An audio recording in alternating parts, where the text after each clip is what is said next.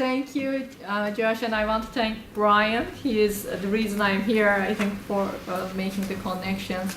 I had great conversations with Susan and Jim this morning. This journey is like coming also out of Purdue and having in this quite interdisciplinary intellectual discourse is very refreshing. So thank you. There's so many different things I wanted to share. So I thought I will do something creative. See, hopefully you like it, so that I can share things that I am really proud of, and then hopefully it is relevant to the kind of work you are doing. But I want to start with a brief historical perspective of how we got here in engineering education. So within the engineering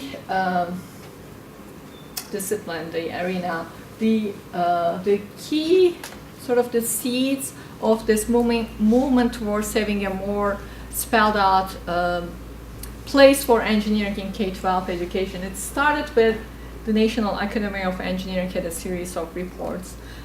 The earlier ones were undergrad focused with little bits, and then the later ones became more explicit about K-12 education. And I don't know if I was a graduate student at that time. The Engineer of 2020 reports came. They were cited in all of the proposals. It was this big movement. And I didn't include, but it is also that time that the World is Flat, that book came. You may have read it. It is just that area of globalization is coming, and now we are living it. On the other side, from the learning sciences, these approaches are emerging. These are happening in different worlds in some way. Janet Calder, learning by design, design-based learning, design-based science. They have different labels, nuances, but they are also at the core aiming to use engineering design integrated with scientific inquiry, design inquiry, for the purpose of teaching science. So these are, to me, it is visionary years in terms of academies, but also sort of these emergent frameworks are being developed. Now, that is the first 10 years, 2000 to 2010, and today we have the next generation the framework came out, next generation science standards, assessment on that, the NAEP, and so forth. So now it has became a reality, so that those visionary ideas became a reality. Now, in this historical landscape, I was a graduate student in 2000, 2002. 2002, I was a PhD student, and it is sort of, I started in science education, and then started working on a project called Bridging Engineering and Education, with faculty from engineering and education collaborating. And the big question was how students learn engineering. During that process, a new program started at ASU's Polytechnic campus. So I started, it was a project-based interdisciplinary, new ideas, approaches. So I thought, well, if I want to learn about engineering, I should go take some classes. So I actually took more than one class. So during my PhD, I was in parallel doing an undergrad degree in engineering. So it is through that experience where I'm sort of born science education. In science education, from Turkey, I have a physics ed undergrad. So this is my second undergrad, but I'm in these two worlds of science education and engineering education. So that perspective, and in terms of learning sciences, those are studies I cite, but I am not coming from a learning science perspective in any of my work. So I thought there are so many different things I want to share. You choose your own adventure. So here's how this will go. You are a researcher. You are doing research at a large school district. You go talk to teachers, teach your professional development. You go to classrooms, observe classrooms. And then you see such variation in how people integrate engineering in their classrooms. If you want to know why are there so many different integration methods, I call it degrees of integration. We will go to page 1. If you want to know, well, before we do that, hold on. Let's first clarify some of the language. When we say design, are we talking about pedagogy? Are we talking about core ideas, practices? Which one do you want to go?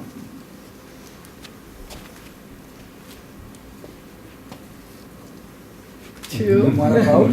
All right, good. 2. Let's go to page 2. Okay. So last year I had this opportunity to write a position paper for the national academies to talk about engineering for the new report they came out about experimentation and scientific investigations. So I did a very in-depth literature review of it. So that is one sort of build on literature. The other thing is when, as I said, I'm in both were science and engineering. When having conversations with my colleagues, I saw there's something, we are not on the same platform. So there's some language, we are talking about design, but we are thinking differently. So from that came the idea that we are actually framing design in different ways. So the top part, the Janet Kaltner's work, the design-based learning, design-based science. When people are coming from science education, we're typically coming with this perspective, which I call as design as pedagogy. So the learning outcome is science learning. So when we come together, when we think about, well, the science is not the only outcome of this. We want students, if you want students to also develop practices. But when we look at next generation standards, where engineering design is a part of the practices and core ideas, which is interesting. But then and NGSS is not suggesting a specific pedagogical approach, right?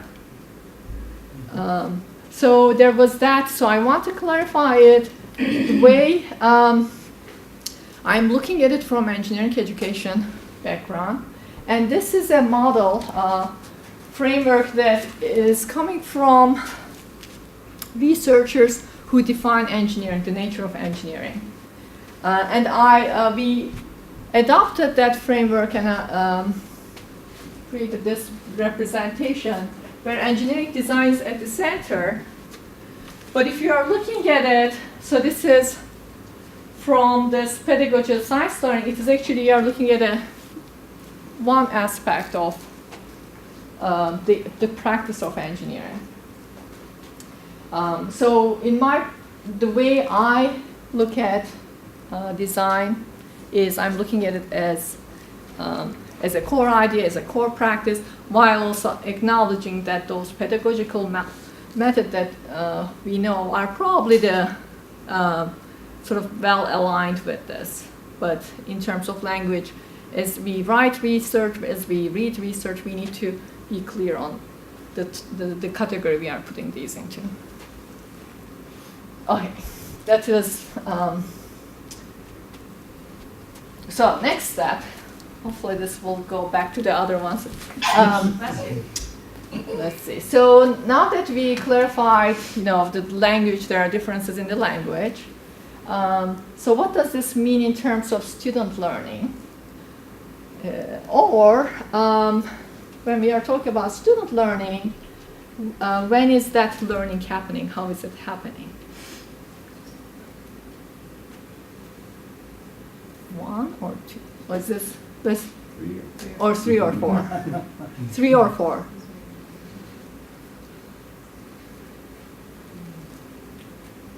Uh-oh. Okay, I It looks like think. more follows more logically from what we just looked at.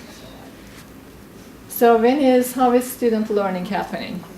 So there it was equal, so let's go with 4. Okay, so I'm going to put forward these ideas that I'm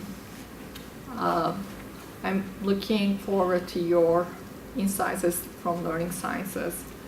And design is so big, I'm focusing on one aspect of it. So there's problem scoping. I do research both what I call divergent aspects of design and convergent aspects of design.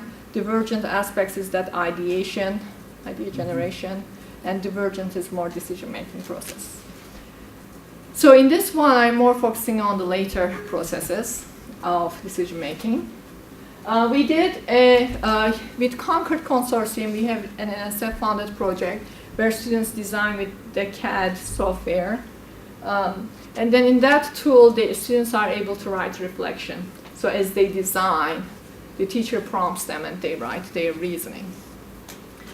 This is data from, this was an exploratory study. And we looked at student reflections, their notes, design notes, to identify points where they were making connections to science ideas. So we visually represented it with triangles and decision points. Triangles are basically design moves, that they are building a wall, they are adding roof. So, and then when the diamond reflection is happening, sometimes we see science connections and sometimes we don't see. But what we found in this qualitative work is that those science ideas, science connections, science explanations are happening when students are making trade-off decisions, when they are trying to optimize, when they are working with competing design criteria. This building worked well in summer, but how are you going to, but it is not performing well in winter. So they are dealing with these competing issues where we saw that they are making connections to science. So later, if you are familiar with the CAD, Concord's CAD tool called Energy 3D. So students are designing and they are able to analyze it. So, and then in the background, we are collecting click data, stream data, where they are doing construction analysis and taking notes, reflection. And so we are able to see, for example, here we are looking at students doing systematic experiments or random experiments. So where we are seeing, the sort of behavior where they are very systematic, testing ideas or randomly. Is there a doorbell? Yes.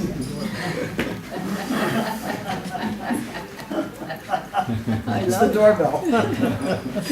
Did somebody open the door? Yeah, Josh went out. Josh went out.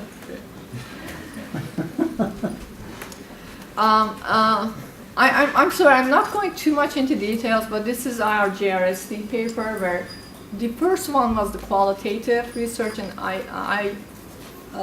IJ STEM.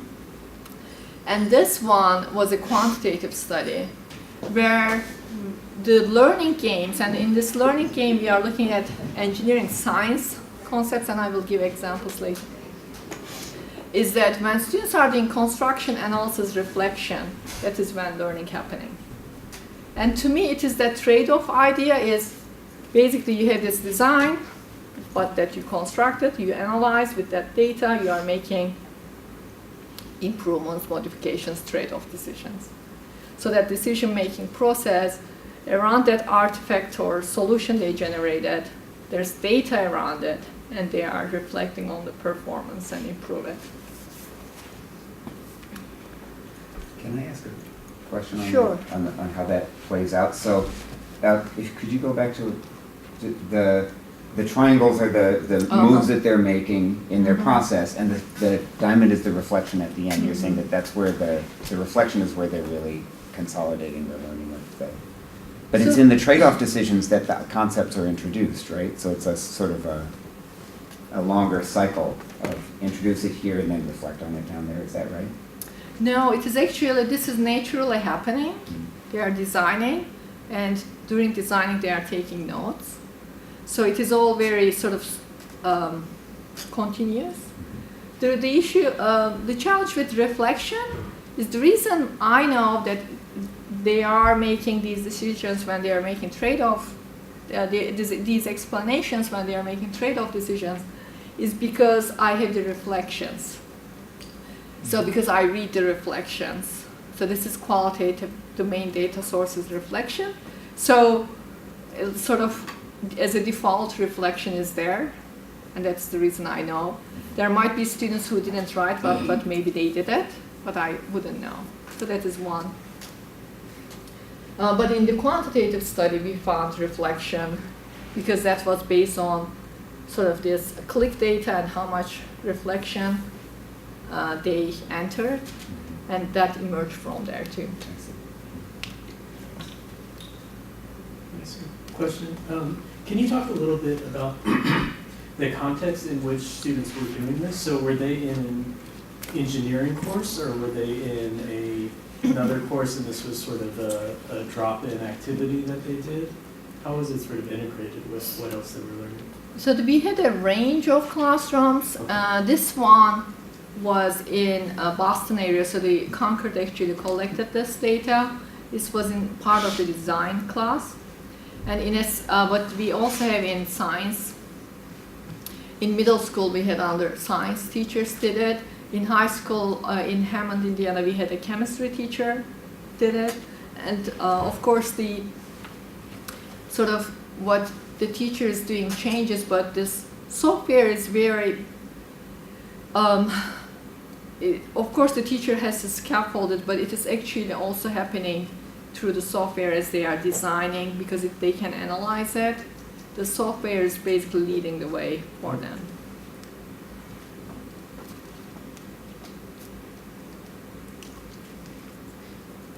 So here I had a demo about Energy 3D, but if we have time, I will do that later for those who are not familiar with it. Okay. Okay, you read in NGSS that students engage in practices to build, deepen, and apply their knowledge of core ideas and cross-cutting concepts. Do you ask when and how students are learning? We already discussed this, right? Again, I think during We went before. By the way, I'm saying trade-offs, decisions, and during problem scoping or even ideation problem learning happening, that is not an area I looked at from this perspective yet, but there are three big set components of design. Problem scoping, which is understanding the problem, ideation, generating ideas, that generative process, and this decision-making negotiation. I call it actually negotiation. Design is a negotiation process compared to argumentation in design in science. So among those three pieces, I have been more focusing on the decision-making piece at the K-12. So we looked at the first one. So is there a progression for design? Jim, you and I discussed about it, but I actually don't have a clear answer for this, but I will give you some data on that had been made, like grappling with this idea. So we have data from middle school students. These are Carmel area, Hammond area, so middle school. So it's, I would say, quite diverse group of students. So these students did design project. At the end of the project, we asked them, we looked at the solutions they built these buildings. We evaluated them, the design artifact, using a metric called trade-off volume. Basically, we are looking at there's energy, efficiency, or they need to get to negative energy, cost, and then livability of this building. Are they able to balance these three requirements? So there's a metric underlying. So that score gave us the answer, can students do it? And the other more traditional assessment we did is paper pencil. At the end of the design challenge, a brief part of our post-test, we gave them 3 alternative solutions, building 1, 2, 3, and we gave them data. And we made sure that there's no clear winner. And we asked them which one of these buildings will you choose, and just explain why. We didn't care for which building they picked. We looked at their explanations. And we looked at it from trade-offs. For example, I said energy cost and livability. If they pick a building and say, well, because this had the most negative energy and didn't mention other criteria, they basically didn't make any trade-offs in their explanation. But if they consider all 3 of them in their explanation, or they mentioned it, then they had higher score. So while analyzing, I'm sorry, this is very difficult to read, but we used a framework called dual process framework, where experimental, we called it experimental design trade-off. This is basically, can they do it? And on the right side, analytical design framework trade-off, which is basically, can they justify reason with it? So that is the second the test we did. So I'm queer, and then this is Molly Goldstein, my former graduate student's dissertation work. And then she did a cluster analysis where look at some students could do both of them well, some students struggled with both, some students did one strongly. So what do you think where the majority of students will be? Like those who are dual processes can do both, those are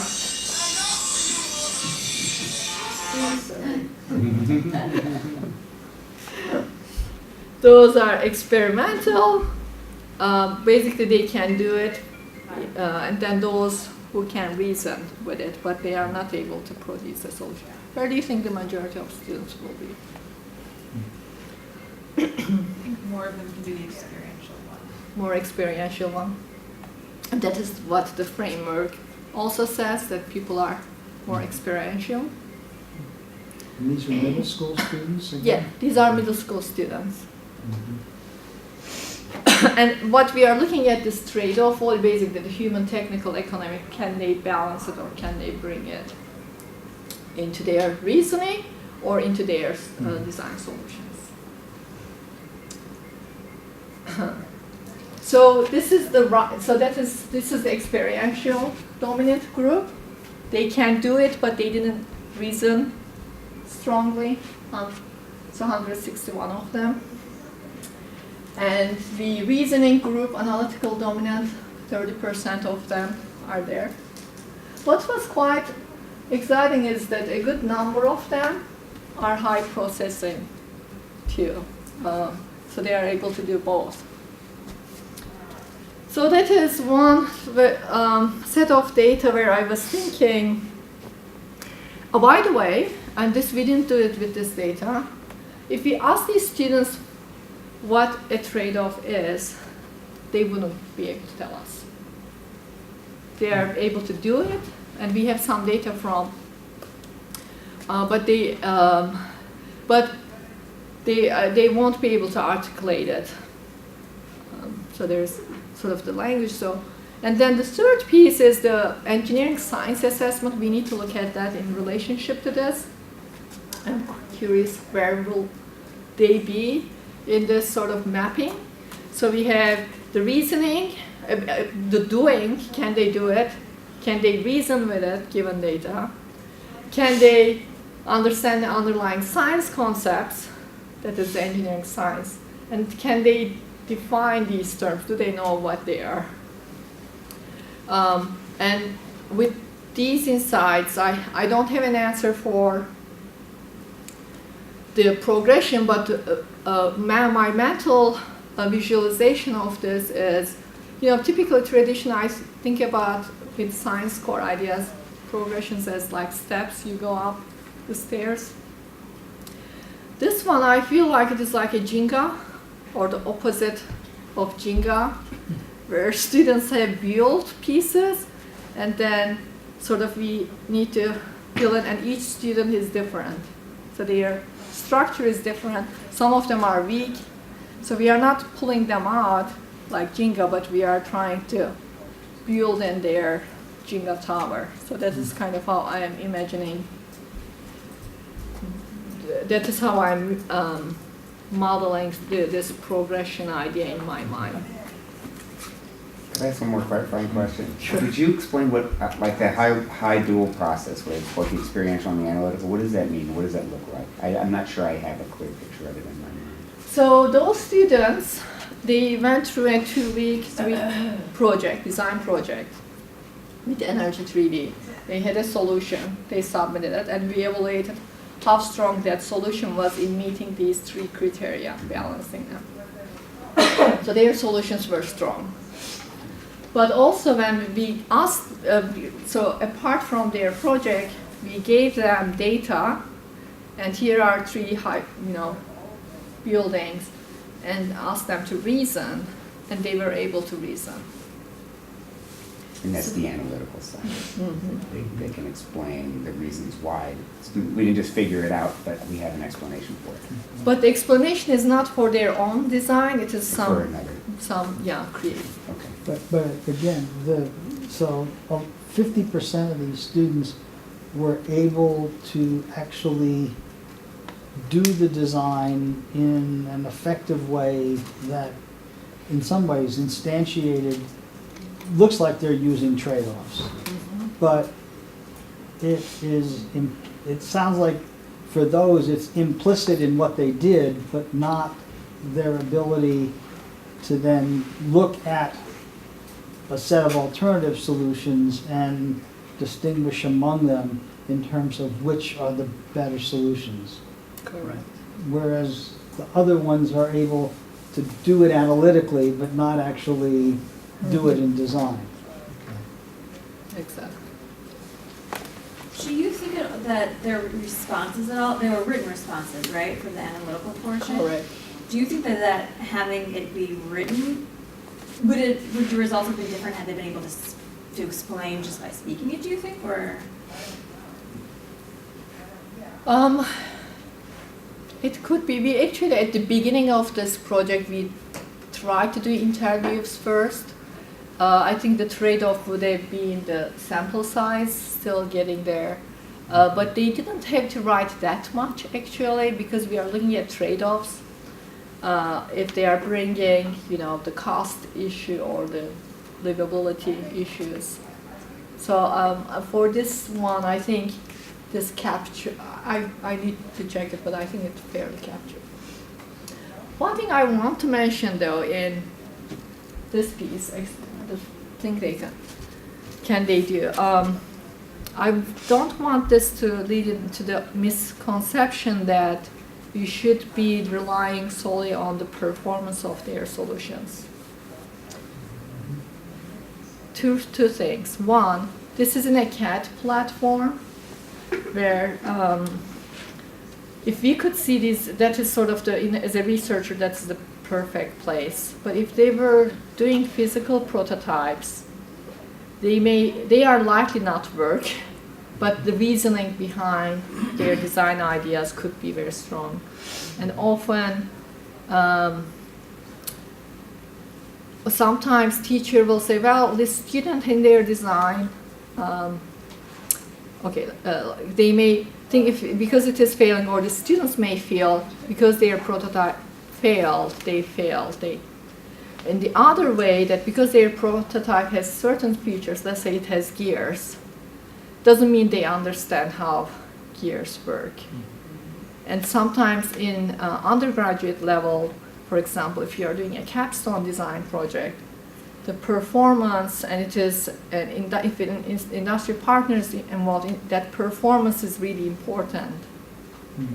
But in the K-12, or if how about learning? In terms of learning, performance does not equate learning.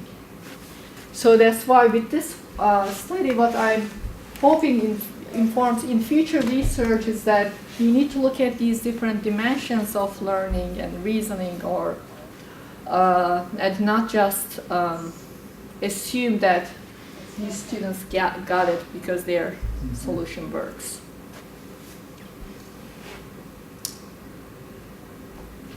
Okay, so what happens right now is, this is the last slide, but I want to check, I think we didn't go to one. We didn't go to one. Is that the only one left? And 3. 1 and 3. Okay, this is why are there so many different degrees of integration? Why? Do you think, I guess I spelled it out, but why do you think we have, in my work, I found these 6 different ways. Does that make sense to you? Do you think it is what you would have expected? Can you remind us 6 different ways of integrating what into what? Engineering into science. Different ways that they can relate to each other. Well, I think, I'm sorry, I don't know You. if it's proper to speak right now, but I think it's because of the design focus that you had early in the beginning, whereas is the learning part of the core competencies of the discipline, or is the learning part of the pedagogy which is tied to it, or is there some combination? And where instructors choose to focus the design can have an impact. So that's my observation. Thank you. I think one of the other questions that runs through this is in some ways it's we've talked about it, but what is it that they're learning? Are they learning? You had it on one end. Are they learning is design a mechanism for them to learn science concepts by actually creating something that forces them maybe to actually grapple with the underlying science? Or are they also learning about the process of design, and the science is sort of backgrounded or not really so critical? And I think some of these are sort of like, where in that space are you sort of doing things? Is design the focus of learning, or is design the mechanism to learn something else? And I will say I started with that kind of a thinking, and I was looking at variation in terms of quality when I first started this analysis, but I ended up in a different place. So let me explain it more. Okay, so the engineering is multifaceted. It's a multidisciplinary discipline. And it naturally integrates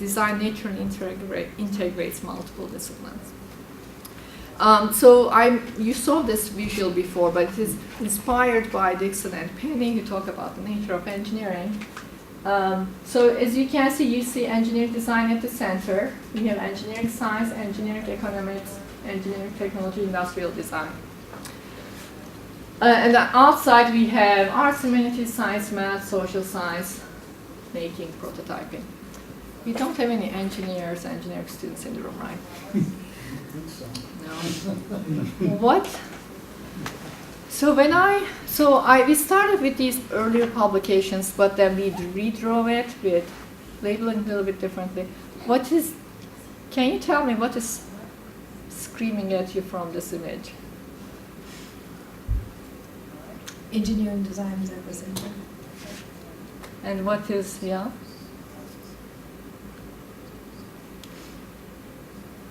So let me do it this way. Mhm. So if you're an engineering student, you will take these courses. You will take engineering economics, you will take engineering sciences, you will take industrial design. You will take some sort of a manufacturing course.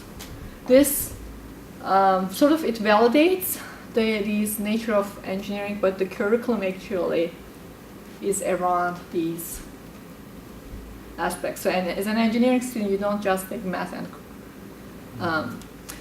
so around, if you look at outside, what does this look like? Liberal arts. But yeah, and then the things go, and the things they will take in K-12, right? Like the, so that's why when I say engineering is interdisciplinary, when I was at my Fulbright in Turkey, people were asking me, why integrate these, taught with STEM? Why does it make sense to integrate these disciplines? This was my answer. Because but I put engineering at the core, and then it naturally integrates it. So with this, and then design is also adaptable. You can, the problem-solving process can start at different stages of design. So I said problem scoping, ideation, and then analysis. Like you can start by analysis. You have a solution already in place which is not performing well, so you may start at that stage and then connect to the rest.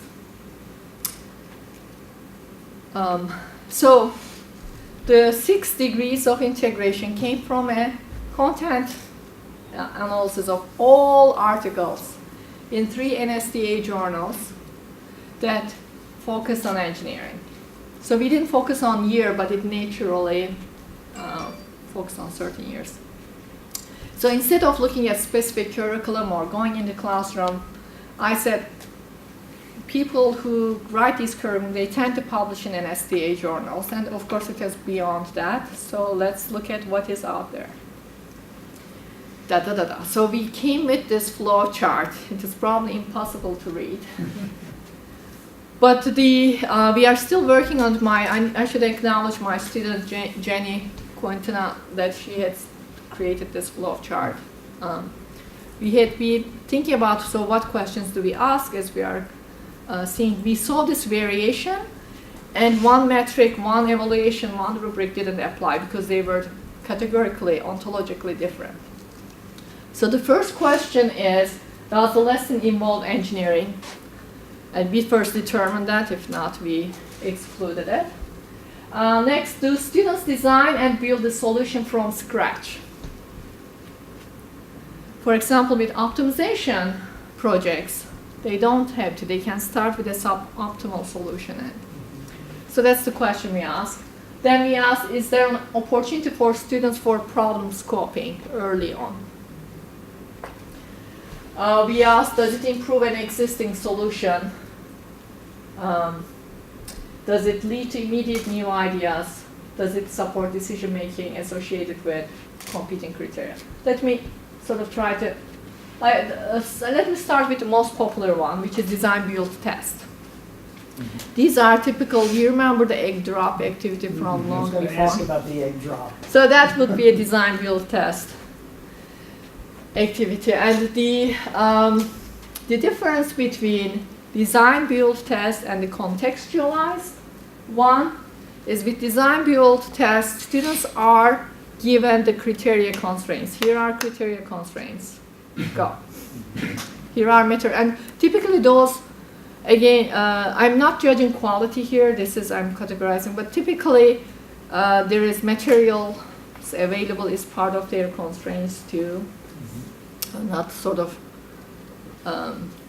with the contextualize, there's a problem, but the students need to scope the problem, define the problem, identify criteria constraints. And then, the teacher have them ready, sort of, there's direction, but there's that early on problem scoping, contextualize the real problem with many dimensions. The innovation projects are the broadest. These are your science and engineering projects. The difference is that the students define the problem. So they are not given, so they come up with the problem, the challenge. On this side, I have the big ones are experimentation and optimization. The optimization is Chandan's paper is in here, Chandan Dasgupta. You start with and these are, you don't start with you start with an existing solution, you don't start from scratch. You are trying to optimize it, and it is focused on few criteria. Compared to in contextualize here, you have a lot of criteria constraints. Here, it is more focused. Experimentation is similar to scientific research. This is basically the kind of research you will see in an engineering faculty doing. In the classroom, the way it's translated, students are following a cookbook-like procedure to build a prototype, and then they change one variable at a time to test, let's say, how can I make it stronger? Which is, you may think, oh, this is cook-like. It is actually, but if you look at it, the goal is here to get into more controlled experimentation. And reverse engineering is basically they try to figure out how this thing works, it might be a mystery object, or it might be a known object to understand the workings of it. So this is and we are still working on the language here. Actually, we keep changing every week. This is an older version. Design process, if you think about sort of components of the design process, that each one of them is focusing on certain aspects of the design process. But each one of them, I argue that represents engineering. Like we would say, okay, yeah, that's an engineering problem. That is. So compared to scientific inquiry, where there's for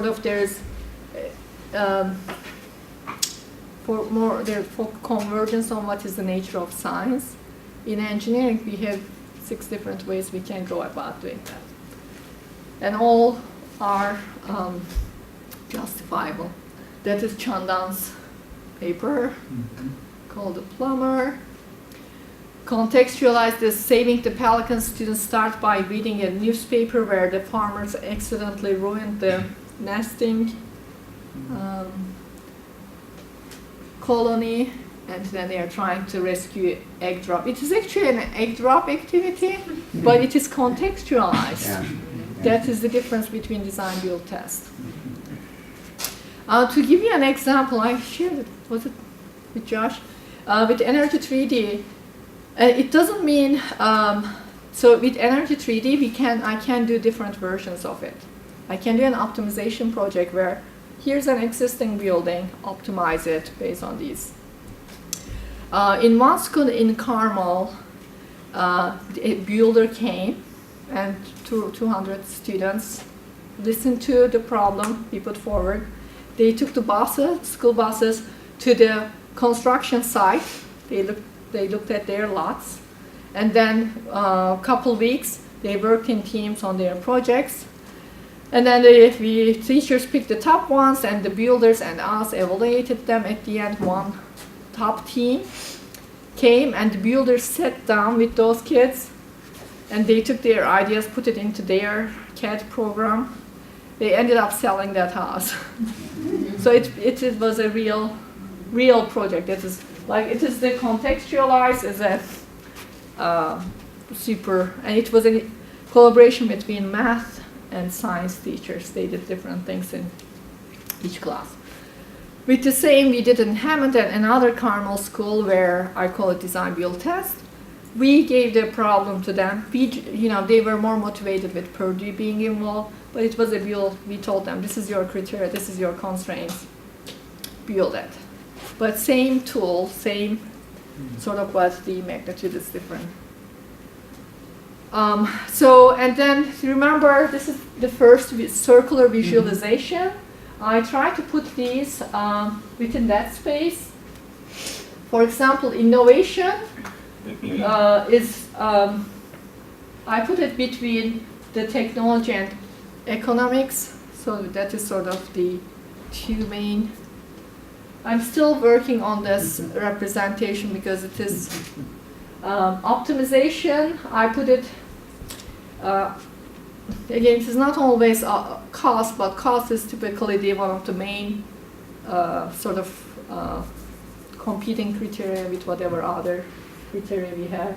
Experimentation, so we have the design and then the design space and the scientific concepts that, like the, so I put it in that, and I put contextualize in the center.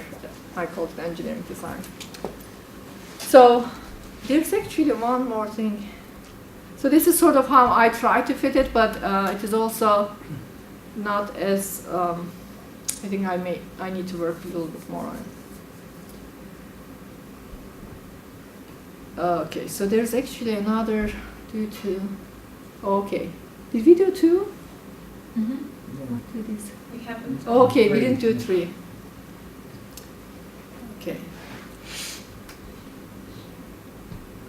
Okay, differences. So, base school is the school that did the small scale one. We gave them, this is criteria constraints, this is the challenge on a piece of paper. They spent 2 weeks and they worked individually. Brookside did this real project with a real builder and they built a real house.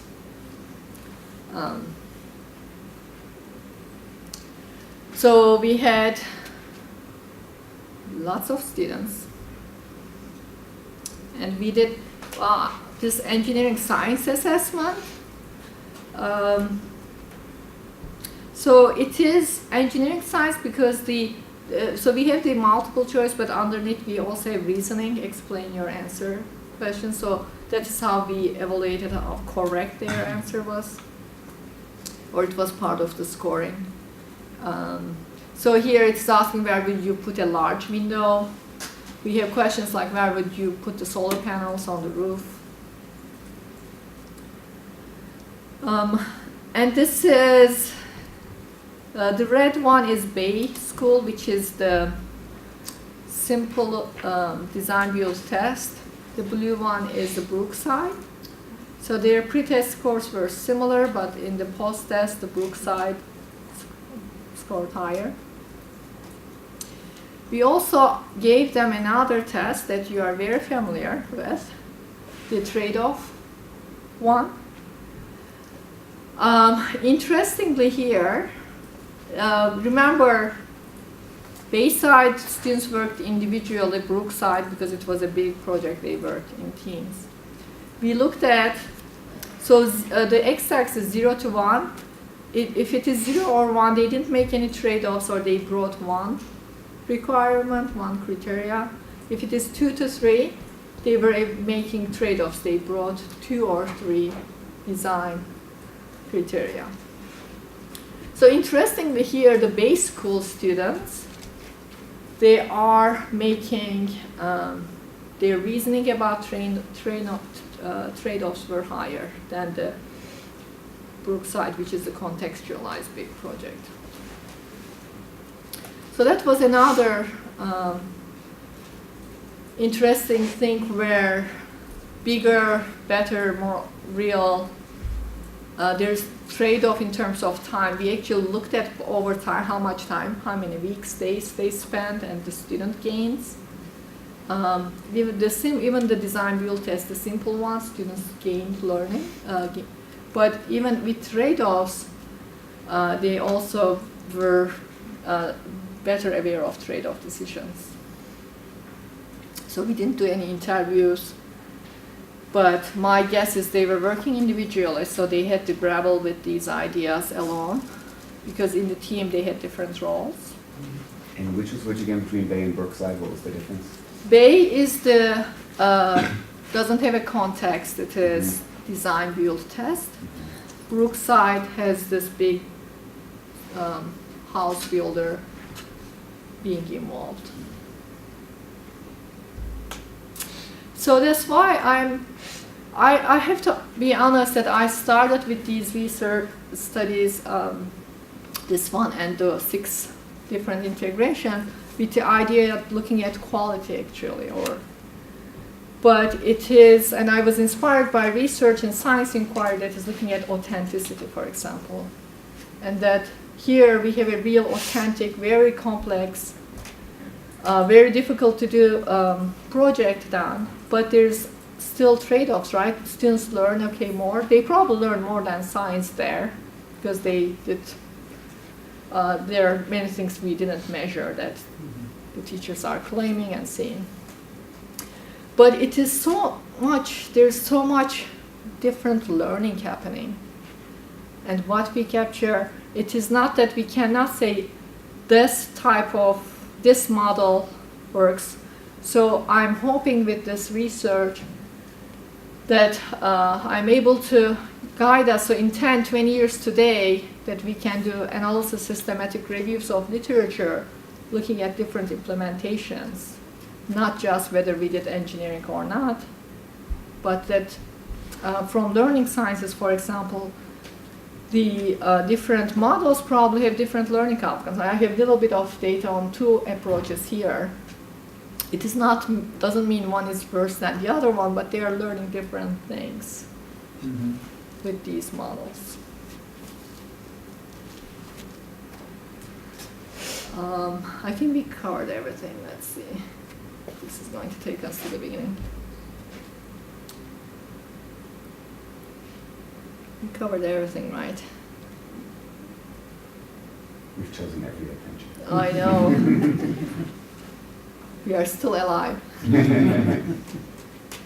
And I think my take-away message with this is, even though it may seem simplistic, we need to define, label these things. So in the future, we can make collective, analysis of future research, and that we have deeper understanding of what students are learning. And that learning is not just science learning. It is broader. It is disciplinary practices, and that it is. I don't even look at the collaborative or communication pieces in my research, but there's that whole body of work as well. So this is all I have. Our adventure ends here.